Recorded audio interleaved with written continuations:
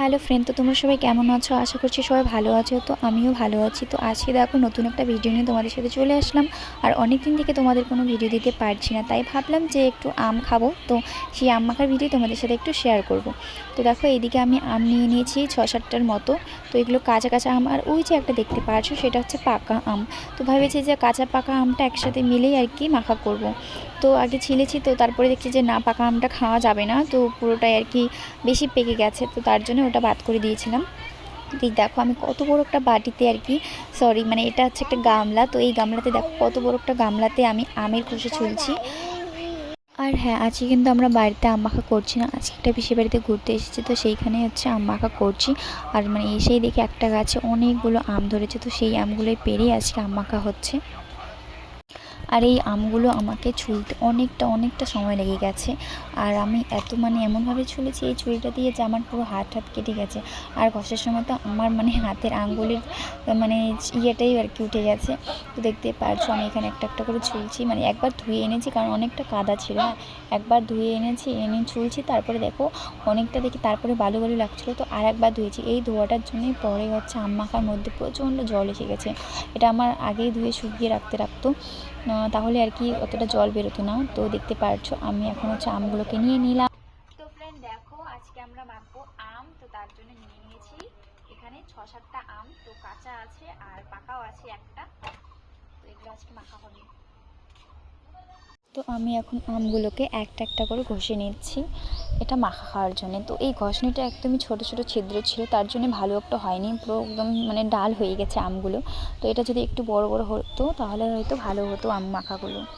তো এদিকে দেখো তোমাদের যে বললাম যে আমার হাতটা কেটে গেছে, তো দেখো এই সময় আমার হাতটা কেটে গেছে, চামড়াটা একদম ঝুলে গেছে।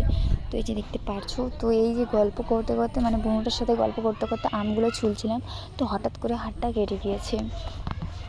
এই যে গেল আমার হাতটা কেটেই গিয়েছে দেখো।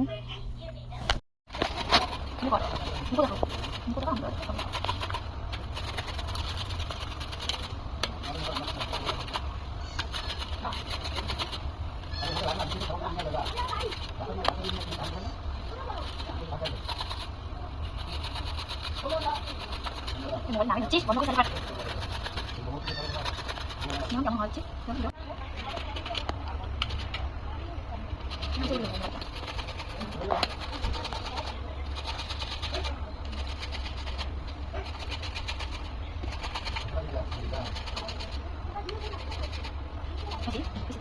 তো দেখো দেখতেই দেখতে আমাদের হচ্ছে আমগুলো কাটা কমপ্লিট হয়ে গেছে, আর আমাদের আম কোড়াও শেষ হয়ে গেছে। তো এখন হচ্ছে আমি আমগুলোকে মেখে নিব। এখানে দেওয়া হবে হচ্ছে চিনি, লবণ, লঙ্কার গুঁড়ো, আর হচ্ছে কাঁচা লঙ্কা দেইনি, কারণ হচ্ছে লঙ্কার গুঁড়ো একটু বেশি হয়ে গেছে, তার জন্য আর কাঁচা লঙ্কা দেওয়া হয়নি। তো দেখো এখন লবণ দিচ্ছি।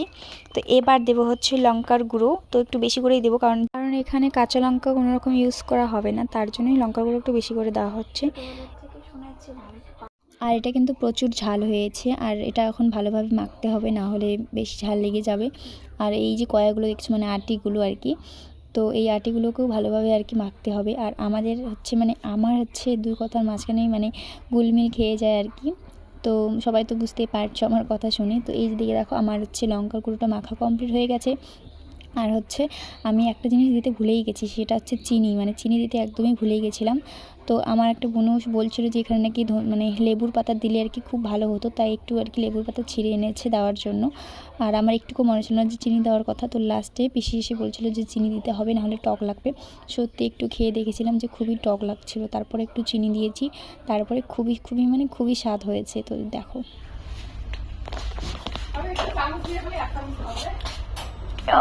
এক্সপেরিয়েন্স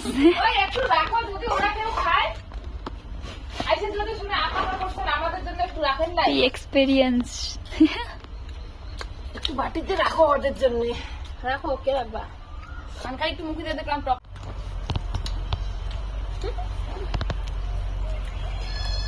আমি আমের ঝোল খাই।